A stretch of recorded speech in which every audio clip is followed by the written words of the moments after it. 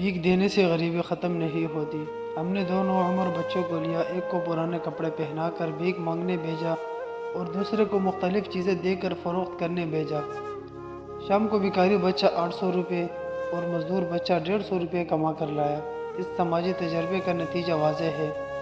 دراصل بحیثیت قوم ہم بھیک کی حوصلہ افزائی کرتے ہیں اور محنت مزدوری کی حوصلہ شکنی کرتے ہیں۔ ہوٹل کے ویٹر، سبزی فروش اور چھوٹی سطح کے محنت کشوں کے ساتھ ایک ایک پائی کا حساب کرتے ہیں اور بھکاریوں کو 10 20 بلکہ 150 روپے دے کر ہم سمجھتے ہیں کہ جنت واجب ہو گئی۔ ہمیں تو یہ چاہیے تھا کہ مانگنے والوں کو صرف کھانا کھلائے اور مزدوری کرنے والوں کو ان کے حق سے زیادہ دے۔ ہمارے استاد فرماتے ہیں کہ بھکاری کو اگر آپ 1,00,000 روپے نقد دیں تو وہ اس کو محفوظ مقام پر پہنچا کر اگلے دن پھر سے بھیک مانگنا شروع کر دیتا ہے۔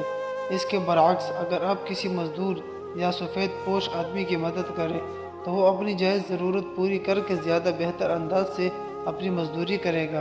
کیوں نہ گھر میں ایک مرتبان رکھا جائے، بھیک کے لیے مختص سکے اس میں ڈالتے رہے، مناسب رقم جمع ہو جائے تو اس کے نوٹ بنا کر ایسے آدمی کو دے جو بھکاری نہ ہو۔ اس ملک میں لاکھوں لوگ ایک ٹکے کے محتاج ہیں۔ طالب علم، مریض، مزدور اور خواتین ایک صحیح مستحق کی مدد کرے تو 1 روپیہ بھی آپ کو پل صراط پار کرنے کے لیے کافی ہو سکتا ہے۔ یاد رکھیں، بھیک دینے سے گدھا گری ختم نہیں ہوتی بلکہ بڑھتی ہے۔ خیرات دیں منصوبہ بندی اور احتیاط کے ساتھ، اس طرح دنیا بھی بدل سکتی ہے اور آخرت بھی۔